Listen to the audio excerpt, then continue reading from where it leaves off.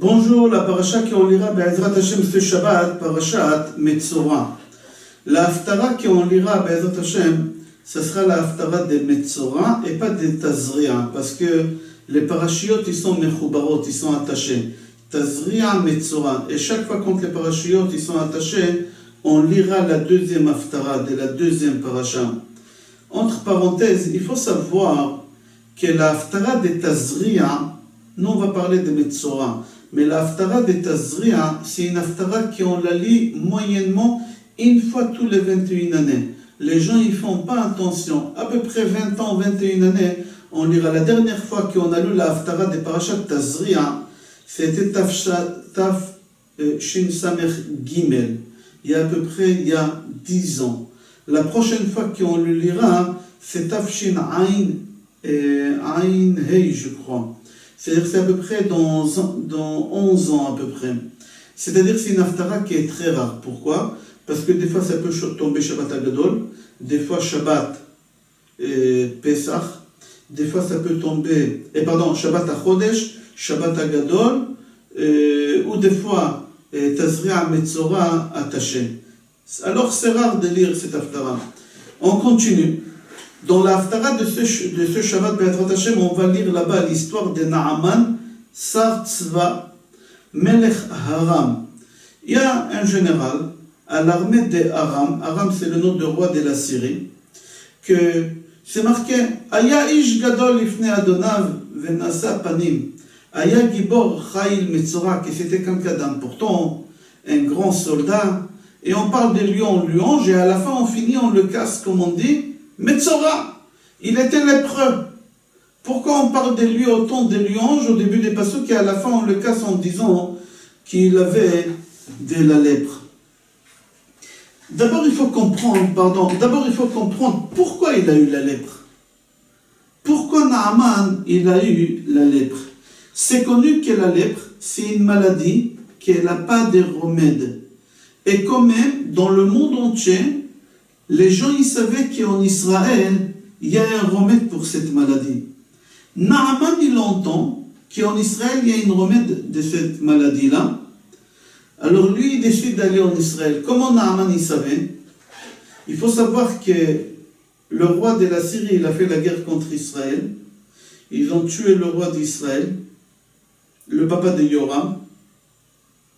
Et en même temps, ils ont pris prisonniers beaucoup de béné Israël. Parmi eux, une jeune fille que Naaman il a pris chez lui à la maison comme servante pour sa femme.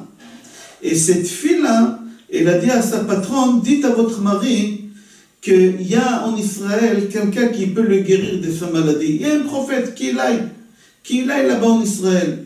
Lui, il a entendu ça et il a décidé d'aller en Israël. Mais il ne peut pas aller comme ça en Israël, il vient de finir une guerre. Et en plus, il n'a pas le droit, c'était le général de l'armée, d'aller dans un pays d'ennemis sans autorisation. Alors il a demandé l'autorisation au roi, qu'il demande au roi d'Israël qui veut venir pour se faire guérir. Le roi, il était d'accord, il a envoyé des lettres au roi d'Israël, que Naaman, il va venir se faire guérir de sa maladie avec 300 soldats.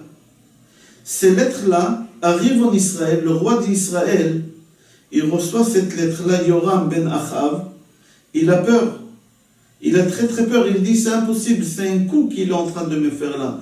Soit disant que le général il est malade, et ce général-là, Naaman, c'est lui qui a tué mon père, alors il a dit non, c'est impossible.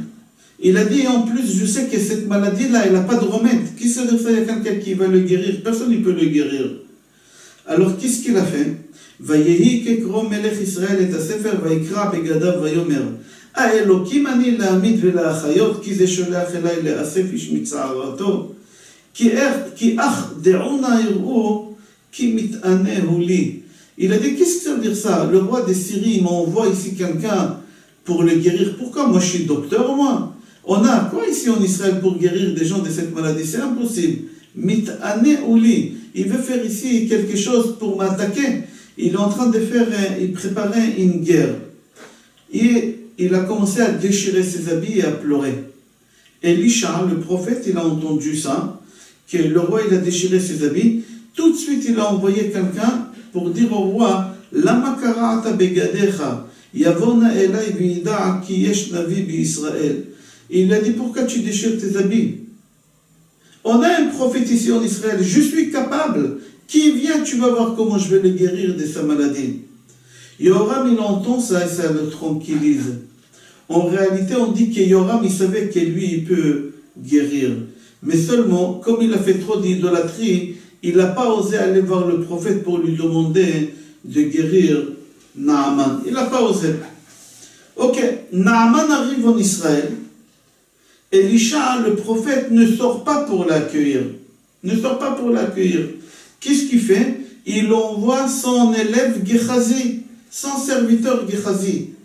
Naaman, il n'était pas content. C'était le général de l'armée de la Syrie. Il vient de remporter une guerre contre Israël énorme. Il était sûr et certain qu'il va arriver en Israël et on va le recevoir avec des tapis rouges, avec des fanfares et des motards et des drapeaux. Et en fin de compte, personne n'ouvre la porte ni la fenêtre. Personne n'applaudit, personne n'y... Non, c'est un jeune serviteur qui sort et qui lui dit, oui, qu'est-ce que tu veux? Qu'est-ce que tu veux? Naaman, il s'est énervé. Il s'est énervé ça. Il s'est énervé contre ça. Ok. Et Gehazi, il lui dit que le prophète a dit, pour guérir, il faut qu'il aille dans le Jourdain. C'est un fleuve à côté des Tévériens. Il faut qu'il aille dans le Jourdain et qu'il se trompe 7 fois. Qu'il se trompe 7 fois dans cette eau-là et il va guérir. Lui, il n'a pas cru. Il a dit, c'est quoi cette histoire-là? Pourquoi? Est-ce que je n'ai pas assez de fleuves magnifiques, extraordinaires en Syrie, que je dois venir jusqu'Israël pour me tromper dans un petit fleuve? C'est quoi cette histoire? Et là, ses conseillers, ils l'ont attrapé, ils lui ont dit, il t'a dit de faire ça, fais-le. Pourquoi? Parce que ça a l'air tellement simple. Qu'est-ce que tu aurais voulu? Qui va te dire d'aller en Amazonie là-bas et d'aller attraper un serpent avec je ne sais pas quoi et de faire mixer, de manger ou de mettre des persils dans ton oreille? Tu aurais préféré une chose pareille? Là, il te dit, va dans l'autre monde, essaye, tu ne perds rien, pourquoi tu t'énerves? Il leur a dit d'accord. Il leur a dit d'accord. Il est parti là-bas, il s'est trompé 7 fois comme le prophète il lui a dit, et il est sorti de là-bas guéri de sa maladie. Guéri de sa maladie. Il a guéri de sa maladie. Il est parti payer le prophète Elisha. Mais Elisha, il n'a pas voulu. Elisha, il lui a dit non. C'était un kiddush Hashem. Il n'a pas voulu. Mais Elisha, mais son serviteur Gehazi, ça lui a fait du mal, ça l'a chatouillé dans sa main de ne pas accepter une chose pareille. Quand Gehazi s'est éloigné un peu, quand Naaman il s'est éloigné, Gehazi il a couru derrière lui. Il a dit, tu sais, le prophète il a changé d'avis entre-temps, si tu peux me donner 2 costumes, 3 ci, 3 ça. Et il a pris toutes ces choses-là, il les a cachées. Le prophète il l'appelle, il lui a dit, dis-moi où tu étais. Il a dit, non, j'étais là faire une course. Il dit, tu m'as pris pour un imbécile. Une fois j'ai fait soi-disant que je ne suis pas au courant par rapport à ce que tu as fait, quelque chose de pas pudique. Mais c'est pas pour ça, ça veut dire que je ne vois pas. Bien sûr que je suis au courant. Alors je te maudis que toi et toute ta famille et toutes tes générations jusqu'à la fin des temps, vous allez souffrir de cette maladie. Akadosh Baruch Hu va te donner la maladie de ce Naaman, il te la donnera en toi et à ta famille.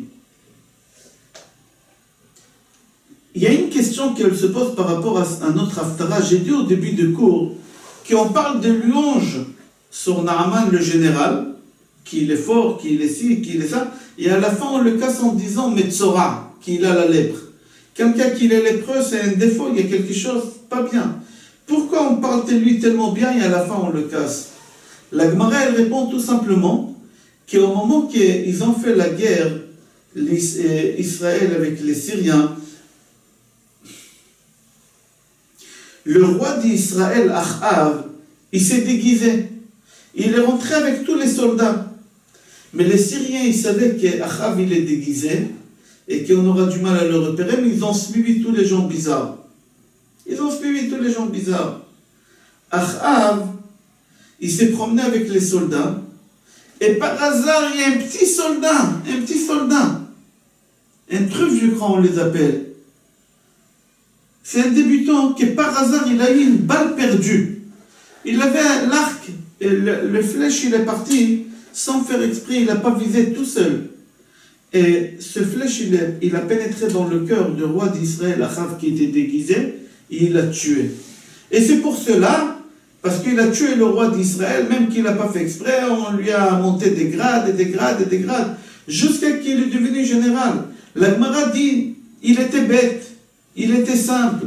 Mais s'il est monté des grades, on dit tellement de louanges, c'est pour nous dire que tout ça c'était par erreur. Mais en réalité, Metzora, c'est un imbécile, il ne faut pas tenir compte de tout, qu'est-ce qu'on croit, qu'est-ce qu'il était, lui. Je fais un résumé de la Haftara.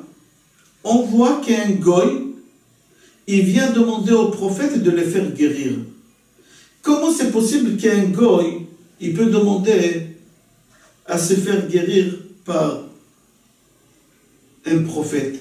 Dans la Torah, c'est marqué Adam qui est be'or besaro. Un homme, s'il a dans sa peau cette maladie, qu'est-ce qu'il faut qu'il fasse? Il faut qu'il aille voir le Kohen. Qu'il aille voir le Kohen. Et là, il est parti voir le Navi. Pourquoi il est parti voir le Navi?